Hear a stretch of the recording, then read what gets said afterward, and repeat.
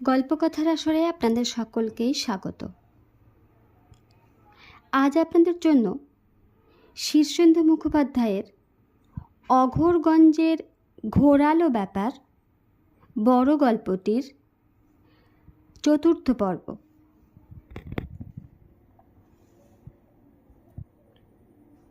সকালবেলায় যখন করালি ডাক্তার দান করছেন, সেই সময় বগলে ছাতা আর হাতে বাজারের ব্যাগ নিয়ে বটকৃষ্ণ মণ্ডল এসে হাজির। বটকৃষ্ণ ঝগড়ুটে এবং মামলাবাজ লোক, সবাই তাকে সমঝে চলে। বটকৃষ্ণ বেশ দরপানির গলায় বলে উঠলেন, এটা কি হলো হে করালি? কাজটাকে তুমি ভালো করলে? ওতে যে আমার সংসারে অশান্তি হবে, চারিদিকে বদনাম রটবে। না না, কাজটা তুমি মোটেই ভালো করনি। তুমি বিচক্ষণ নও তা জানি, দূরদর্শীও তাও কারো কারো অজানা নেই। তা বলে এক গায়ের থেকে এইরকম শত্রুতা করবে? এটা তো বরদাস্ত করা যায় না। করালি উত্তেজিত হলেন না, দাঁতনের ছিবড়ে ফেলে বললেন, তাই নাকি? তাহলে তো ভাবনার কথা। কোন আক্কেলে আমার শালাকে তুমি নিজের বাড়িতে তুললে?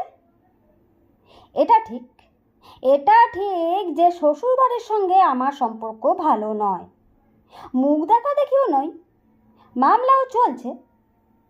আর আমার এই সেজো শালাটিকে আমি মোটেই পছন্দ করি না, অতি বখাটে ছেলে। কিন্তু কিন্তু তা বলে আমি বেঁচে থাকতে এ গায়ে এসে সে অন্য বাড়িতে উঠবে, এটা কেমন কথা? বুঝতে পারছি আমাকে অপমান করার জন্যই ষড়যন্ত্র করে এটা করা হয়েছে, কিন্তু সেই ষড়যন্ত্রে যে তুমিও আছো এটা কখনো ভাবিনি। শুনে অবধি আমার গিন্নি তো কেঁদে কেটে শয্যা নিয়েছেন। তোমার বিরুদ্ধে মানহানির মামলা করতে পারি, তা জানো? করালি ঘটির জলে কুলকুচো করতে করতে মুখের জলটা ফেলে বললেন, তাই বলুন, আপনার শালা। আমি ভাবলাম কে না কে। তা আপনার শালা যদি আপনাকে ভগ্নিপতি বলে পরিচয় দিতে লজ্জা পায়, তাহলে আমার কি করার আছে বলুন তো? বটকৃষ্ণ চোখ কপালে তুলে বললেন, কি বললে? এই বটকৃষ্ণ মণ্ডলের পরিচয় দিতে লজ্জা পায়? জানো, আমি যখন জামাই হয়ে প্রথম বিষ্ণুপুরে গেলুম, তখন সেখানে ঘরে ঘরে দেওয়ালি হয়েছিল। আমার এক মামা শ্বশুর কি বলেছিলেন জানো? বলেছিলেন, বটকৃষ্ণ বট গাছের মতো স্থির আর অবিচল, আর কৃষ্ণের মতোই বিচক্ষণ। আমার শাশুড়ি ঠাকুরন তো এখনো বলেন, বটকৃষ্ণের মতো জামাই চট করে দেখা যায় না। ওরে বাপু, ঝগড়াঝাটি আছে বটে, কিন্তু তা বলে হ্যাঁটা করার উপায় নেই। করালি ডাক্তার ধীরে সুস্থে কুলকুচো সেরে কাঁধের গামছাখানায় মুখ মুছতে মুছতে বললেন, অত কথায় কাজ কি মশাই? ছোকরাকে যদি আপনার শালা বলে মনে হয়, তাহলে নিজের বাড়িতে নিয়ে যান না। বটকৃষ্ণ বুক চিতিয়ে বললেন, নিয়ে যাবই তো। এ তো আর তোমার শালা নয়, আমার শালাকে আমি নিয়ে যাব, কে আটকায় দেখি। বলে বটকৃষ্ণ সবেগে গিয়ে ঘরে ঢুকে পড়লেন। একটু পরেই মাথা নাড়তে নাড়তে বেরিয়ে এসে, দূর সকালটাই নষ্ট। একটু পরেই রুদ্রাক্ষের মালা গলায় নবকুমার এসে পড়ল, মুখে বিনয়ের হাসি মাখা। গলা খাটো করে রসস্থ মুখে বলল, ডাক্তারবাবু, শুনলুম কাল রাতে মথুরাপুরের রাজবাহাদুর ছদ্মবেশে এসে আপনার বাড়িতেই উঠেছেন। কি সৌভাগ্য! করালি ডাক্তারও গলা খাটো করে বললেন, চুপ চুপ, পাঁচজনে জানতে পারলে যে ধুমধুমার লেগে যাবে। কাউকে বলে দিও না যেন। নবকুমার গ্যাল গ্যালে মুখে বলল, না না, এসব গুজ্জ কথা কি পাঁচ কান করতে আছে? তাই এই অগরগঞ্জের মতো জায়গায় রাজা গজার আগমন তো চারটিখানি কথা নয়। যদি আপ্যায়ন ঠিক মতো হচ্ছে তো বলেন তো, বাড়ির গরুর এক ঘটি দুধ দিয়ে যেতে পারি। আর সীতাপতি ভাণ্ডারের বিখ্যাত কাঁচা গোল্লা। রাজত্ব নেই বটে, কিন্তু তবু রাজা তো। সে তো ঠিক কথাই হে নবকুমার, মরা হাতি লাখ টাকা। নবকুমার বিদায় হওয়ার পর খুবই উৎকণ্ঠিত মুখে হাঁপাতে হাঁপাতে শিবকালী বাবু এসে হাজির। চোখ বড় বড় করে বললেন, ও হে করালি, তোমার বাড়িতে নাকি বোমা বন্দুক নিয়ে কি এক উগ্রবাদী ঢুকে পড়েছে? এ তো সব বনেছে কথা। বলি, তোমরা সব বেঁচে পড়তে আছো তো? করালি দীর্ঘশ্বাস ফেলে বললেন, হাত মরা হয়ে আছি দাদা। পুলিশে খবর পাঠিয়েছ তো? এখনো দেওয়া হয়নি বটে, একটু ভাগ পেলেই থানায় গিয়ে একটা খবর দিয়ে আসবো। করালি সব এগিয়ে ডাইনে বায়ে মাথা নেড়ে বললেন, খবর দিয়ে কোনো লাভ অবশ্য নেই। উগ্রবাদী ঢুকেছে জেনে আমি সকালবেলাতেই থানায় হানা দিয়েছিলাম। মনোহর দারোগার কাঁঠাল খেয়ে পেট ছিঁড়েছে। উগ্রবাদী শুনে আতঙ্কে বলে উঠল, ওরে বাবা, উগ্রবাদীর মোকাবিলা আমার সাধ্যি নেই। থানায় মোট 5টা বন্দুক, তার মধ্যে 3টে মরচে ধরে ঠান্ডা মেরে গেছে, একটাই কুঁদো ভেঙেছে, আর একটা চলনসই আছে বটে, কিন্তু তাতে ভরার মতো টোটা নেই। টোটাগুলো বহুকাল ব্যবহার না হয় বারুদ সেঁতিয়ে মাটি হয়ে গেছে। 5 জন সেপাই 3 জন গেছে দেশে, বাকি 2 জন দারোগার গিন্নির ফাই ফরমাস খাটতে ব্যস্ত। মনোহর বলেই দিল, উগ্রবাদীর জন্য পুলিশের কি দরকার? আপনারা হুড়ো দিন, টিন ক্যানেস্তারা পেটাতে থাকুন, পুলিশ আসছে বলে ভয় দেখান, দেখবেন ঠিক পালিয়ে যাবে। করালি বিরস মুখে বললেন, তা অবশ্য যাবে, তবে তারা নেই। উগ্রবাদীটা এখনো ঘুমোচ্ছে। আপনারা ততক্ষণে ক্যানেস্তারা জোগাড় করুন, লোকজন জুটিয়ে আনুন। শিবকালী চোখ কপালে তুলে বললেন, ঘুমোচ্ছে?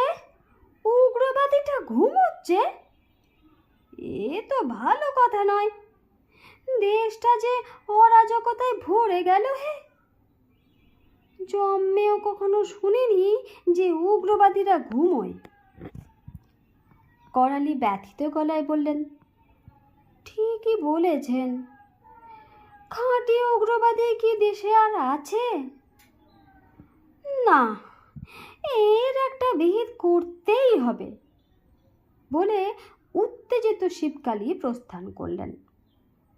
বেলা 9টা নাগাদ হাতে একটা বল্লম নিয়ে ব্যায়ামবীর বিরজা এসে বললেন, করালি বাবু, শুনলুম ডাকাতটা নাকি আপনার বাড়িতে লুকিয়ে আছে।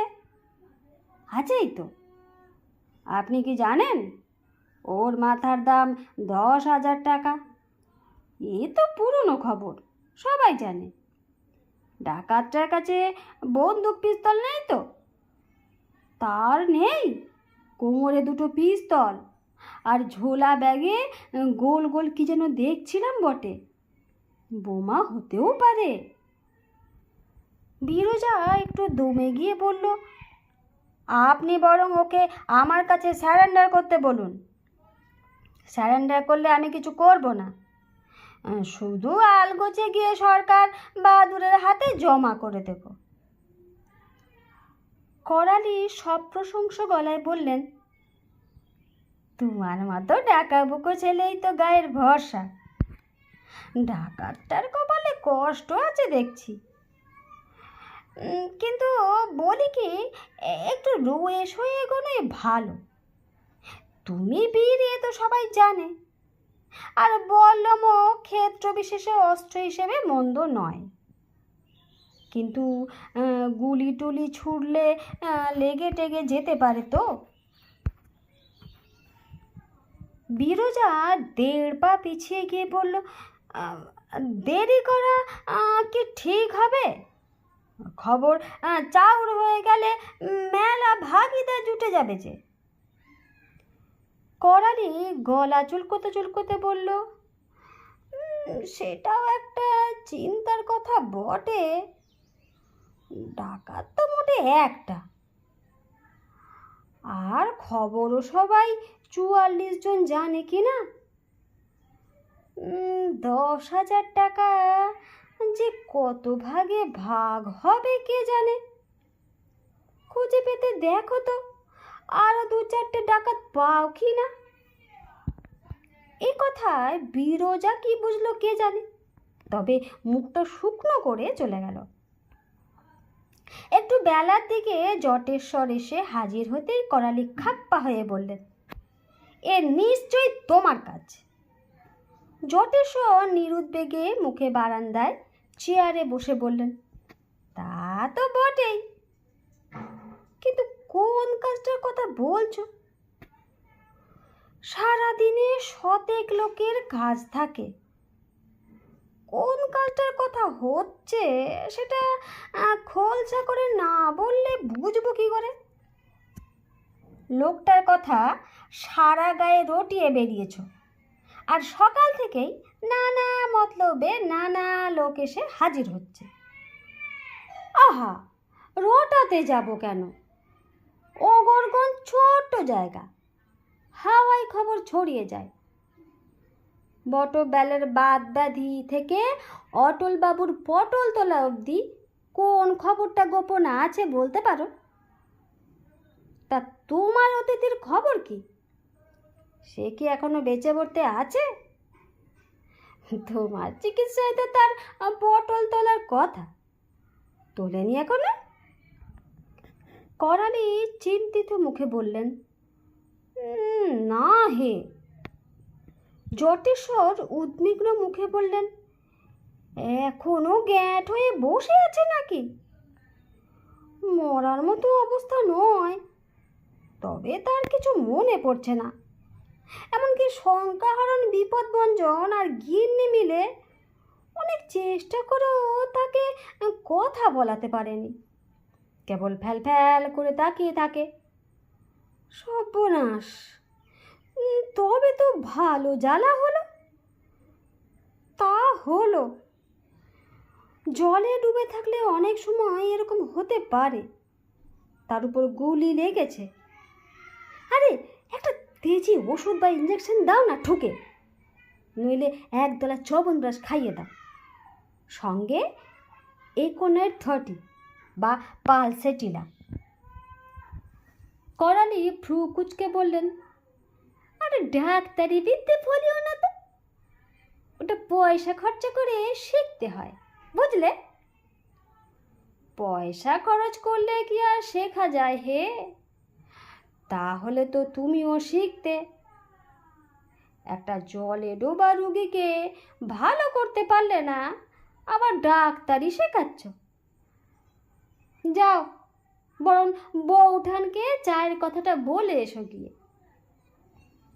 করালি ডাক্তার জটেশ্বরের দিকে রোষ কষাসিত লোচনে একটু চেয়ে রইলেন। তারপর বললেন, ডাক্তার ভগবান নয়, এটা মনে রেখো। যাক, পাপ মুখে তবু ভগবানের নামটা উচ্চারণ করলে। আজ ভগবান যে কার মুখ থেকে ঘুম থেকে উঠেছেন কে জানে। তা তোমার ডাক্তারি বিদ্যেই যখন হলো না, তখন আমি বরং ছোকরাকে একটু নেড়ে চেড়ে দেখি। কি দেখবে? কুষ্টি না কররেখা? দুটোর কোনোটাই তো তুমি জানো না। বুজরুকি দিয়ে কি আর সব হয়? দেখতে চাও দেখতে পারো, আমার আপত্তি নেই। যা দেখার আমি কালকেই দেখে নিয়েছি। শুধু কররেখা আর কোষ্ঠী নয় হে, কপাল দেখেও অনেক কিছু বলে দেওয়া যায়। ওসব তুমি বুঝবে না। তা কপাল দেখে কি বুঝেছ সেটাই না হয় বলো। তা তোমাকে বলতে যাবো কেন? বিদ্যেটা আমাকেও পয়সা খরচা করে শিখতে হয়েছে। পয়সা খরচ করে কেউ জ্যোতিষ শেখে নাকি? গুল গল্প আর মিথ্যে কথা বলতে কি আর বিদ্যের দরকার হয় হে? জটেশ্বর একটা উচ্চাঙ্গের হাসি এসে বললেন, বিদ্যে না লাগলেও প্রতিভার দরকার হয়। এখন বলো তো বাপু, ছোকরাকে সত্যি কেউ গুলি করেছিল নাকি? করালি ডাক্তার মাথা নেড়ে বললেন, সেটাই মনে হচ্ছে। তবে ইনজুরি সামান্য, পেটের এক ধার দিয়ে গলি ঢুকে বেরিয়ে গেছে। রক্তপাত হলেও ক্ষত মারাত্মক নয়। আইন মতো ঘটনাটা পুলিশকে জানানো দরকার। জটেশ্বর হাত তুলে বললেন, রক্ষে করো বাপু, ও কাজ করতে যেও না। মনোহর দারোগা বোমা বন্দুক দেখলে মুচ্ছে যায়। করালি ডাক্তার ভাবিত মুখে বললেন, ছোকরা গুন্ডা বদমাশের পাল্লায় পড়েছিল বলে মনে হয়। আবার এও হতে পারে যে ছোকরা নিজেরই ওই দলেরই। গুন্ডারা গুন্ডা হতে হাতেই তো বেশি মরে। কিন্তু স্মৃতি না ফিরলে ব্যাপারটা পরিষ্কার হবে না। ইতিমধ্যে আমার গিন্নি তো ছেলেটাকে প্রায় কোলে নিয়ে বসে আছেন। আদর করে নাম দিয়েছেন ভোলানাথ। ছেলে পুলে নেই বলেই অল্প বয়সী ছেলে মেয়ে দেখলেই ওর মাতৃভাব উতলে ওঠে। উনি তোমার মতো পাষণ্ড নন বলেই ওরকম করেন। কিন্তু তুমি তো চিন্তায় ফেলে দিলে হে। চিন্তারই কথা, ছোকরার মানি ব্যাগে 1000-5 টাকা আছে, গলায় সোনার চেন আর হাতে হীরের আংটি মিলিয়ে 20-25 হাজার টাকার পাল্লা। কবজির ঘড়িখানাও বিদেশি, রীতিমতো মালদার লোক। মানি ব্যাগে কাগজপত্র কিছু পেলে না? সেগুলো জলে ভিজে প্রায় গলে গেছে। টাকাগুলোরও ওই একই দশা। শঙ্কাহরণ আর বিপদভঞ্জন সেগুলোকে ছাদে নিয়ে গিয়ে রোদে শুকিয়ে এনেছে। না, নাম ধাম পরিচয় কিছুই জানার উপায় নেই। ছেলেটার কথা কওয়া শুরু হলেই একমাত্র হদিশ পাওয়া যেতে পারে। মুখ বোধের নয় তো? না, শুনতে পাচ্ছে। আমার গিন্নি যা বলছে তা লক্ষ্য ছেলের মতো শুনছে।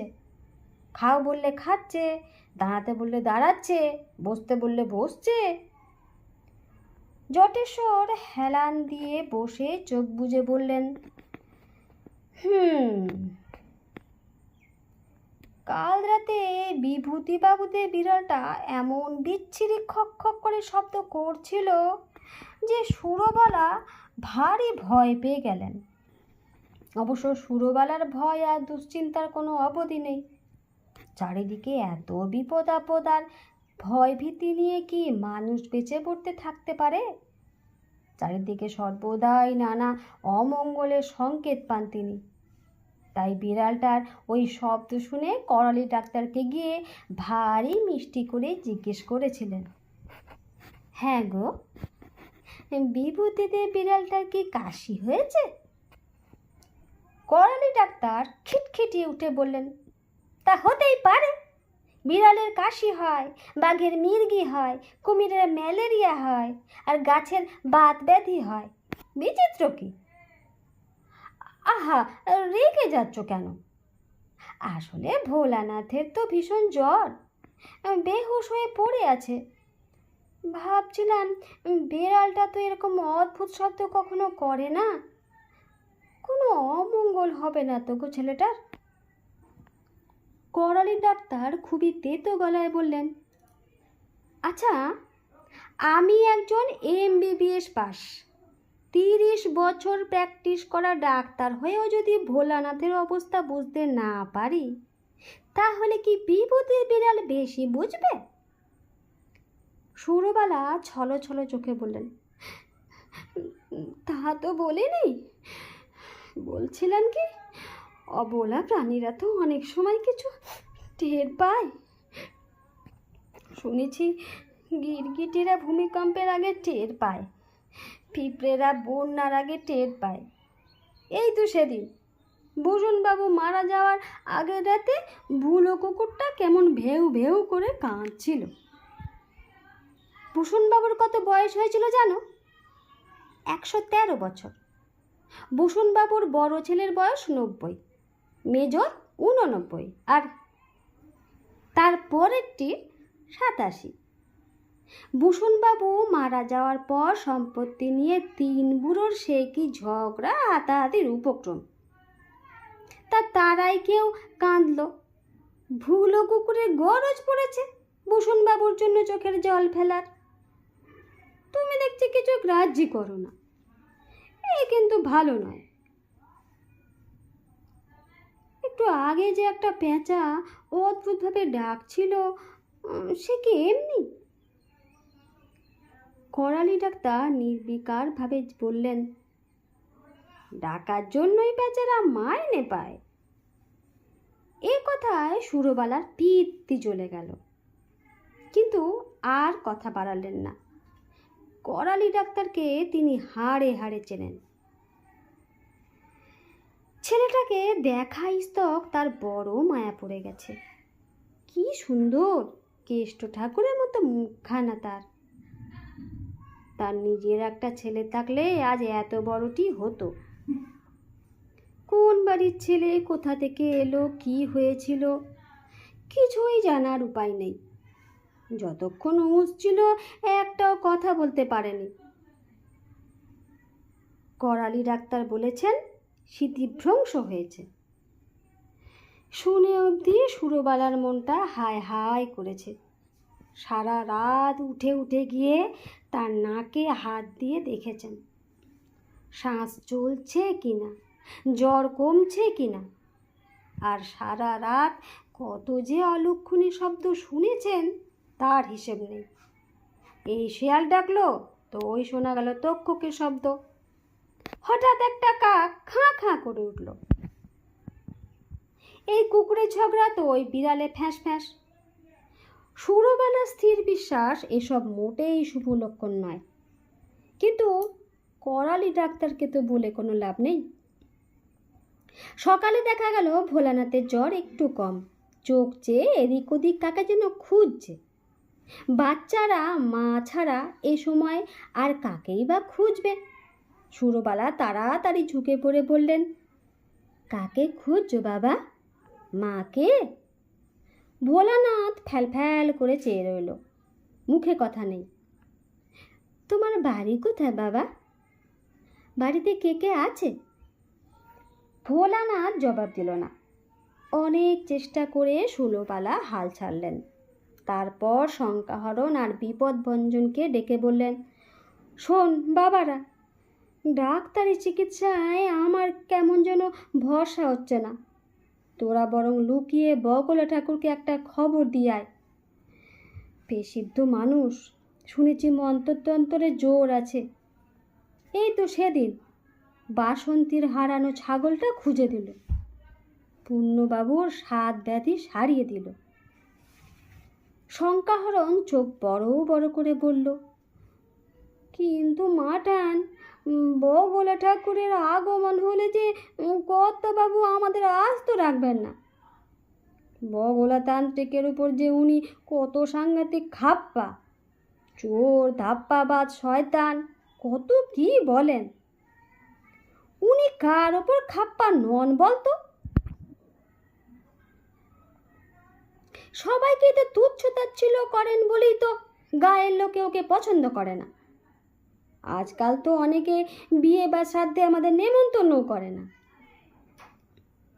বিপদভঞ্জন বলল, গায়ের লোকগুলোর কথা আর কবেন না মাঠান। প্রাণ নিয়ে টানাটানি পড়লে করালি ডাক্তারের হাতে পায়ে পড়ে, কিন্তু কাজ উদ্ধার হয়ে গেলে আর চিনতে যায় না।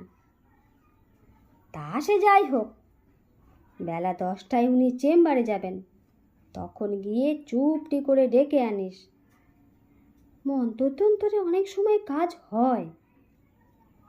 শঙ্কাহরণ মাথা চুলকে বলল, কিন্তু গেলবার কর্তাবাবু রুগী চারু ঘোষকে বগল দাবা করে জল পরে খাইয়েছিলেন বলে কর্তা বাবা দাদি এমন তাড়া করেছিল যে বগলাপতি পায় পায় করে ছুটে সে যে শ্বশুরবাড়িতে পালিয়ে গিয়েছিলেন, 3 মাস এ মুখো হননি।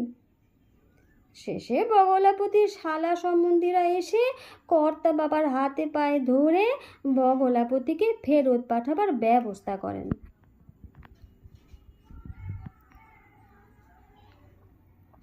নমস্কার।